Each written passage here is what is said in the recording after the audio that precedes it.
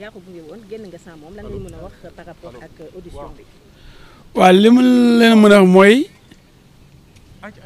dañoo jaaxle ndax suba ba léegi nii may wax yéen amul fu ñu waxee ne Lat Diop dafa jël ñaar dërëm ci xaalisi LONASE loolu mooy détournement neewuñu ko IGE wala Cour des comptes wala OFNAC dafa ni da nga fexe ba LONASE perte ñaar dërëm donc da ngaa détourné xaalisam da ngaa lekk xaalisu LONASE kenn ma su ko posé question bi par contre wane na ci interrogatoire bi ne moom bi mu ñëwee fekk na LONASE dañ ko doon nax di ko gaañ mu jëlee chiffre d'affaires bi 100 milliards ba 300 milliards ki bu jàppanteel muy Mohamed Dieng xam nga woon bet si bet daf fekkoon muy fay 20 millions par mois LONASE redevance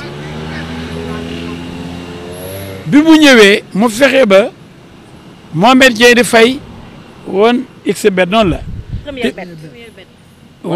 wan mooy premier wan xbet la rek premier mooy wan du noonu mu ma ne wan ni ma premier donc wan xbet wala premier xbet benn la Mohamed Dieng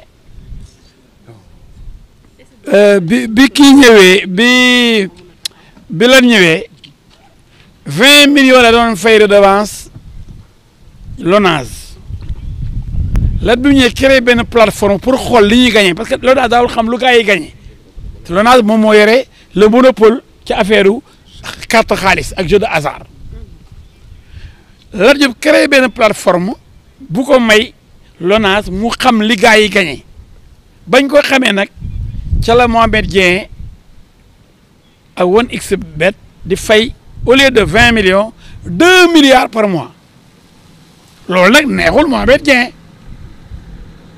tey waxi Mohamed Dieng rek lañ doon wax ak lu muy sosalee Lat mi mere woon ndax da doon nax LONASE xool différence 20 millions ba 2 milliards 100 fois 20 millions la Lat doon versé finalement tous les mois fekk Mohamed Dieng da doon nax LONASE di encaissé de moom rek ay milliards di sànni 20 millions weer bu dee LONASE plateforme bi la créé tax mu xam di gis li ñuy gagné ñoom ñëpp di leen taxé tëq leen na ñoo leen war a tëq loolu indi contentieux bi te yow tey suba ba ngoon jot affaire Mohamed Dieng la ñuy wax lu ne sosol na ko Lat dem na ba ne Lat dafa am kër Grenoble Lat ne man xaw ma Grenoble donc boo seetloo ñaari infraction yi mooy benn bi détournement de deniers publics waaw deniers publics kan la xaalis kan la laal LONASE bi doon jiitee neewuñ ko nee naa du IGE du Cour des comptes du OFNAC du sax rapport interne du kenn ku ni Lat laal na ñaar dërëm même interrogatoire bi audition bi benn commissaire neewul Lat dañ ne dañ daa topp ñaar dërëm amul da nga yoreel dërëm LONASE da ngaa randal dërëm da ngaa sàcc ñaar dërëm amu ci kon bu ñu nee détournement ñun joobe nañ deuxième infraction bi ñu ne blanchiment mooy da ngaa détourné xaalis bi pour nëbb xaalis bi nga tabax ci ay immeuble am nga sax France ay immeuble notamment Grenoble am nga fa immeuble Lat ni leen man de xaw ma Grenoble France de xaw ma fa Grenoble man de Paris la xam ak Orléans bi sama doom juddoo waaye yàlla xam na ne xaw ma Grenoble te aw ma immeuble ci àdduna bi yëpp waa léegi néew ñu dafa sàcc ñaar dërëm néew yoreel na dërëm LONASE néew ñu randal na ñaar dërëm ci xaalis bi ko dénk LONASE kon lan la détourné ak comme détourné xaalisam waaw ñu ne dafa def blanchiment moo jël xaalis boobu mu sàcc jëlu ñaar dërëm de tabaxee ko ay immeuble Grenoble ñu ne ko waaw Lat Grenoble am nga fa immeuble mu ne man xaw ma Grenoble sax xaw ma fu mu féetee France xanaa xam ne fen yi ba ëpp na xanaa xam nga ne sos bi ëpp na waaye il fallait que tey ñu téye Lat ci ñaari point lañ ko téye de ci ñaari point benn amu ci xalaa joomi ngeen waaw nii daal la war a doxee nii daal la c'est-à-dire da ngay toog ñu waxal la loo xam ne dara amu ci même bi dee laaj ñu la ci loolu dara parce que loolu ñu la laaj daggee tontu yu leer ba coow li yëpp tey diggante Mohamed Dieng la woon ak Lat mbel lii Mohamed dafa porter plainte contre Lat bu dee noonu la ñu yaakaaree reddition des comptes ñu dañuy foog reddition des comptes ñaan dénk nañ la boîte sangam ranal nga fa nangam wàññi nga xaalisu boîte ba sàcc nga fa nangam waaye barke alxuraan neewuñ ni Lat dafa laal ñaar dërëm ba léegi mënuñ ko wax détournement dañu naan sax détourné nga 1 milliard wala 10 milliards wala 10 francs wala 2 francs wala 1000 francs waaye dara parce que détournement amul ci débat bi yëpp ci fin ba ci guddi gi amul.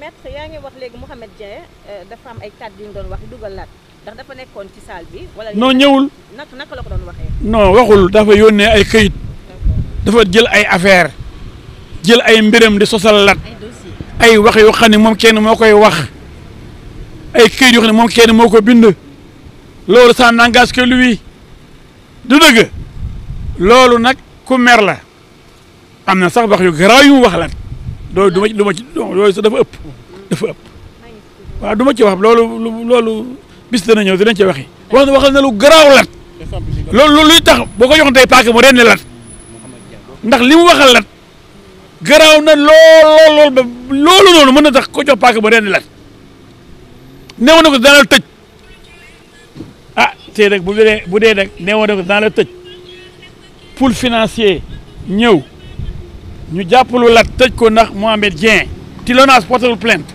détourné wul ñaar dërëm neñ ko lii nga yoreel LONASE ñu ne ko da ngaa détourné alal LONASE loolu moom jaaxal nañu tey dëgg fi la yennu tey ba ci fin bi le mot détournement ñu ngi soo génn ci biñ ne ñu ngi nekk procureur mu joxe instruction dax dañu bàyyi Lat wala déet ca la policier ñëw ni nee nañ ko dañuy arrêté ndax détournement de deniers publics ak blanchiment ñun dañoo joomi di détournement xaalis di da ngaa détourné 1000 francs da ngaa rendel 10 000 francs blanchiment da ngaa jël alal ji nga sàcc di ko nëbb tabax ci ay kër comme nit ñi dafa am kër Grenoble te amu ko nee na amoo benn immeuble partout dans le monde. mais ndax enquêteurs yi war nañ leen ay këyit yoo xam ne yooyu avocat war nga ko mën a lire. këyit la enquêteurs yi amul këyit bu wane ni dafa détourné amul këyit bu wane ni am na immeuble amul këyit bu wane Grenoble am na fa kër ay waxi kese yoo xam ne pour yàq der la waaye kooku kay kër mënu koo prouvé. waaw garde à vue bi lan moo ko waral. loolu la ñu ne ko da ngaa détourné da ngaa blanchir si newuñ ko lan nga détourné kañ nga ko détourné ñaata nga détourné koo détourné xaalis ak ñu la xamuñu xëy na dafa détourné xaalisu village d'enfants bu nekk boobu Yolasso wala bu nekk Congo ñun la xamuñ kañ la détourné xaalisam. loo jàpp ne moo tax ñu placé ko ci instruction procureur. lu ma ci xam daal mooy lépp luñ ko waxal tey dara amu ci ndax bu doon dafa détourné na xanaa 100 000 francs waaye doo dégg ñu ne ñaan nangam nga détourné parce que dafa laalul dara ñu ne blanchiment da nga am kër ba Grenoble bu ne maanaam amuma benn immeuble fenn Grenoble xaw ma ko sax ba dafa teg sama tànk waaye xanaa ko ci jeex na ñun tey dañoo kontaan noonu bi ñu gisee suñu waaj buy répondre question yi lu Mohamed Dieng wax mu mel ne Mohamed Dieng daal moom mooy état reddition bu ñu wax reddition des comptes Mohamed Dieng Lat Diop Mohamed Dieng doon fay 20 millions LONASE Lat Diop di ko fayloo 2 milliards LONASE par mois loolu da mooy ni coow li ba muy nekk directeur LONASE 20 millions rek la amoon ci woon x bet bu Mohamed Dieng soo waaye ñëw ne na bay def plateforme pour xam ni ngeen liggéey bi lu muy joxe lu muy jur plateforme bi génnee ay milliards la léegi LONASE da ci am 2 milliards par mois loolu la ko 2 milliards yooyu ñu bu doon sàcc nga xam ne LONASE da ko doon perte la fexe ba LONASE au lieu de 20 millions par mois muy gagné ci jeu boobu 2 milliards au lieu de 20 millions 100 fois 20 mooy 2 milliards 100 fois li LONASE doon gagné mooy 20 millions multiplié par 100 loolu la indi LONASE moo tax kay bu ñu wax LONASE da nga détourné kay bu ñu wax la da ngaa détourné ñaar dërëm da ngaa yokk LONASE jëlee chiffre d'affaires bi 100 milliards ba 300 milliards. voilà lan lañ mën a xaar voilà. waaw dañuy continuer dañuy nekk dossier bi dem ci parquet financier bu demee juge d'instruction yi bu dee ci diggante bi ñoom delluñ ginnaaw di remoon juge bi di ko ñun dañoo bëggoon ñu xam xanaa ko détourné dañ ni détourné nga xanaa 1000 francs wala 1 milliard wala 200 000 ak 200 000 ko moom loo détourné kooku détourné loo sàcc foo ko sàccee kan moo perte de 1 franc kan nga jël 1 franc mais mbir mi dafa doy waar. da nga jàpp ne dossier politique la. en tout cas li ma dox mooy Lat leader politique la ñu ngi jëm ci ay élection te Lat dafa am popularité Guédiawaye Lat aussi xam ngeen ne masul d'accord ak pouvoir bii di soog a ñëw kon tey sentir nañu daal bañ ne bientôt semaine bii reddition des comptes day commencé parce que reddition des comptes day foog ne ku jël alal réew bi da koy goqi waaye comme lan neewuñu ko jël nga jaar dërëm da ngaa yokk alal ji waaw reddition des comptes kon Lat moom yoonam nekku ci buñ ne Lat dafa randal temps waaye barke alquran neewuñu ko da ngaa laal ñaar dërëm barke alquran kenn newul Lat da ngaa wàññi ñaar dërëm ci LONASE da ngaa yokk LONASE waaw léegi lan muy détournement mooy randal mooy sàcc mooy tibbul randalul sàccul léegi ñu ne ko blanchiment mooy li nga sàcc nga bu ko nëbb investir ko feneen mooy jël ay milliards tabax ko ay immeuble pour nëbb xaalis bi nga sàcc ñu ne ko Grenoble da nga fa am immeuble Lat ne xaw ma Grenoble di aw ma immeuble fenn ci àddina bi waaw dañuy ni preuve boobu kon amul ñu bëgg ko téye teg ko loxo ni ko non dañ lay garder à vue en tout cas sunu njort ñaaw na trop bu dee lii mooy état général de la justice bu dee lii mooy indépendance de la justice bu dee lii mooy reddition des comptes yow randaloo sàccoo nëbboo tibboo tabaxoo ñu sosal la tii la Sénégal de man de tiit naa ñun de tiit nañ dinañ ko élaborer dinañ waxtaan suñu biir ndax lii duñ ko bàyyi mu jàll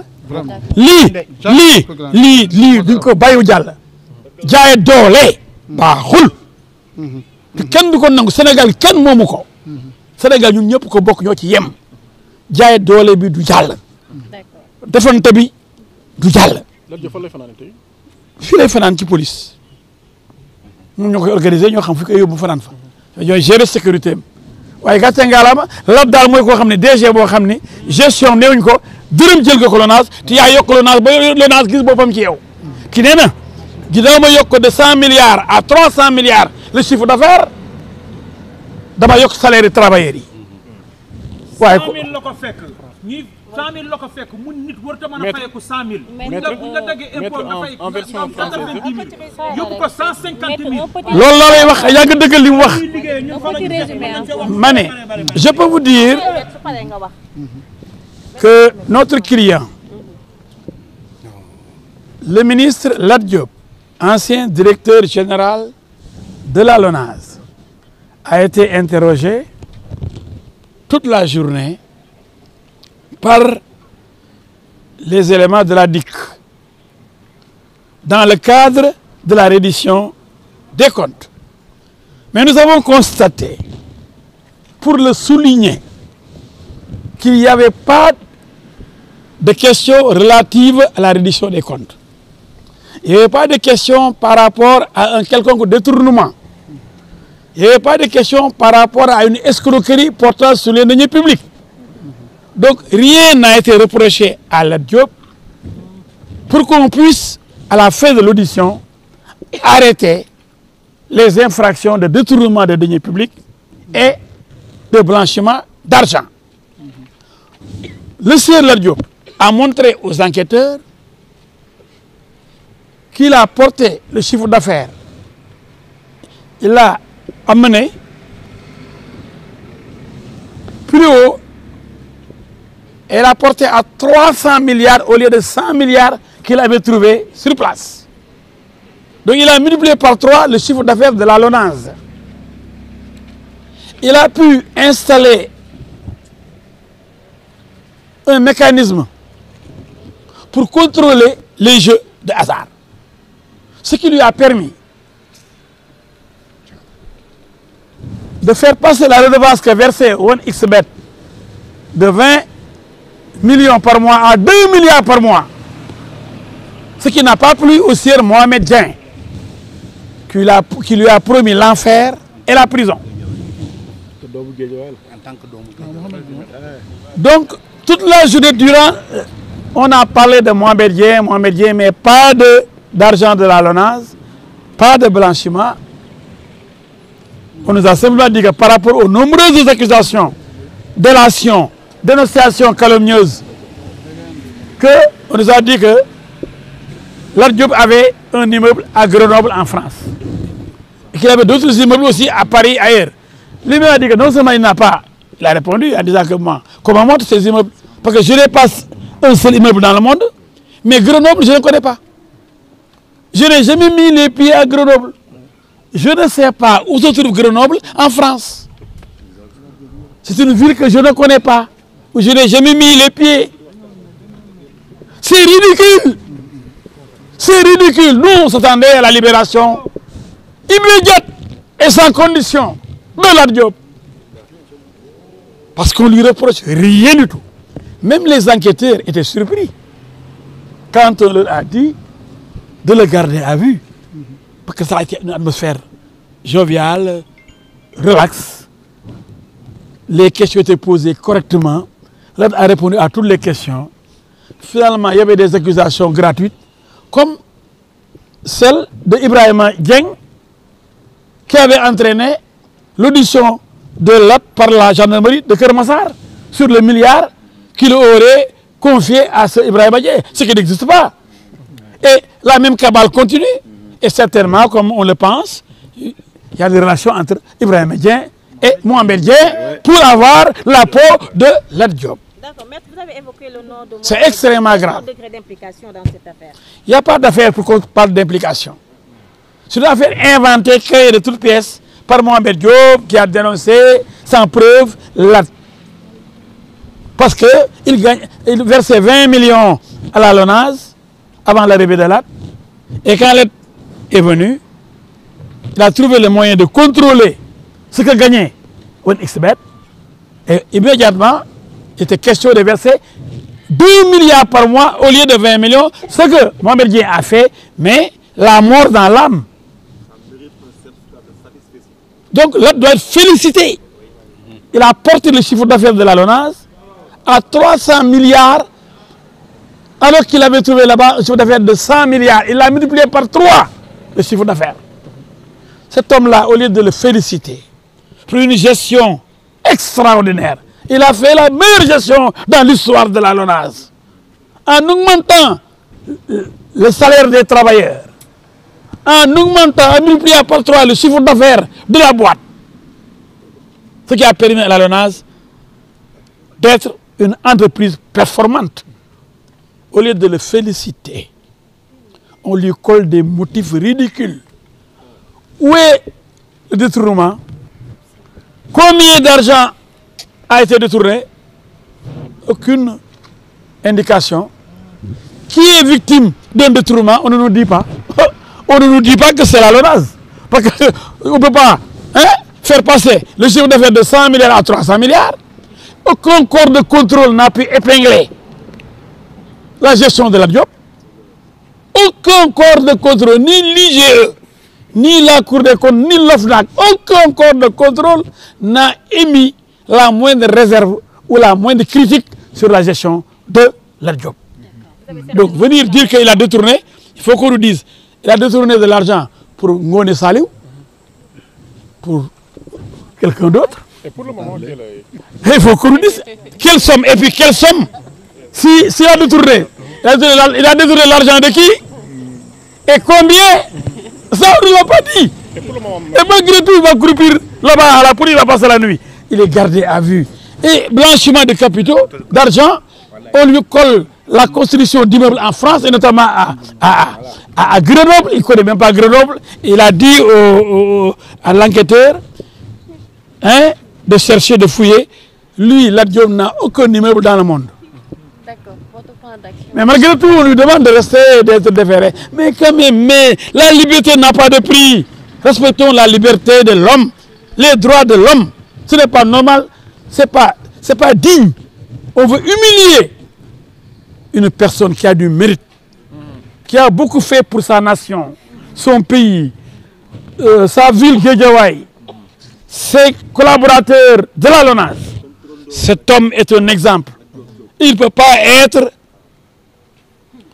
un fossoyeur, il ne peut pas être un détourneur, il ne peut pas être un criminel ou un délinquant financier. Non. Halte à l'injustice. Halte à la force aveugle. Halte à la vengeance. Vive la justice, la dignité, le respect des droits de l'homme. C'est important. Non, le plan d'action, on va le mûrir, on va le préparer. Et la bataille va immédiatement démarrer. Et nous ferons face. Parce que nous avons suffisamment d'arguments pour démonter pièce par pièce ce qu'on pourrait appeler des infractions inexistantes. Notamment un détournement de deniers publics qu'on ne peut pas identifier, qui ne porte sur aucune somme d'argent, qui porte préjudice à personne, qui n'existe pas donc, et un blanchiment qui n'existe pas, un immeuble qui n'existe pas à Grenoble. C'est totalement ridicule, c'est inacceptable. D'accord. Merci beaucoup. Merci. Merci, maître.